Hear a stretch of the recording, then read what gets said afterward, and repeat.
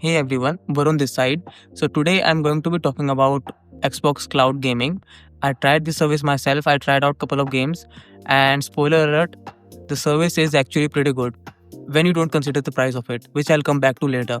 So I tried 3 games on it: Hogwarts Legacy, Fallout 4, and Mortal Kombat 11, and they all ran pretty good on the cloud.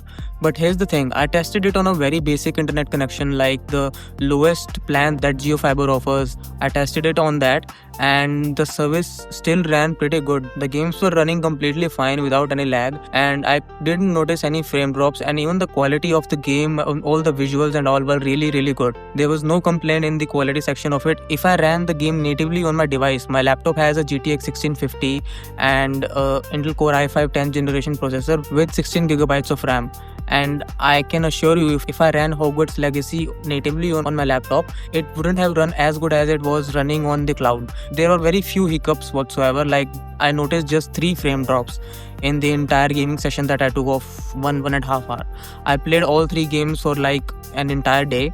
I completed them all. I haven't gotten chance to play the game offline because my laptop just couldn't support it. So here are 3 plans that they offer: Essential, Premium, and Ultimate. If you are thinking of getting this service, just skip the Essential plan. It is not worth it. The games are really limited in this plan. Even in the Premium plan that I tried, the games were quite limited, I would say.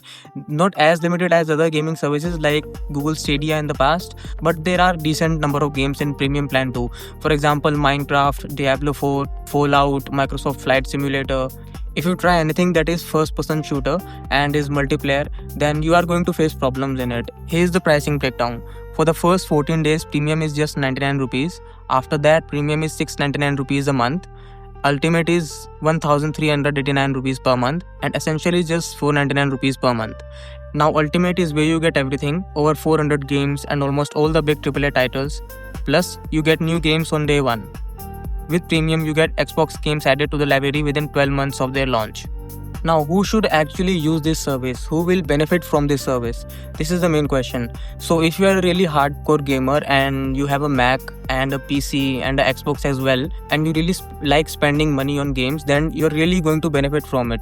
Because with just 1400 rupees a month, you get access to almost all the games that Xbox has to offer. And on top of it, the biggest benefit of cloud gaming is you can play it almost anywhere. Especially if you are into story mode kind of games, you are really going to benefit from it. But as I said, it is really on the expensive side of things.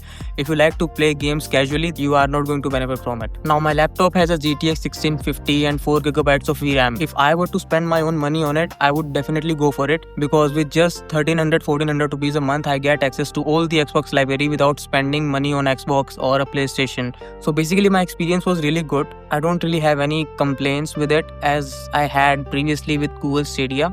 Let me know in the comments what you think about cloud gaming, and I'll see you in the next one.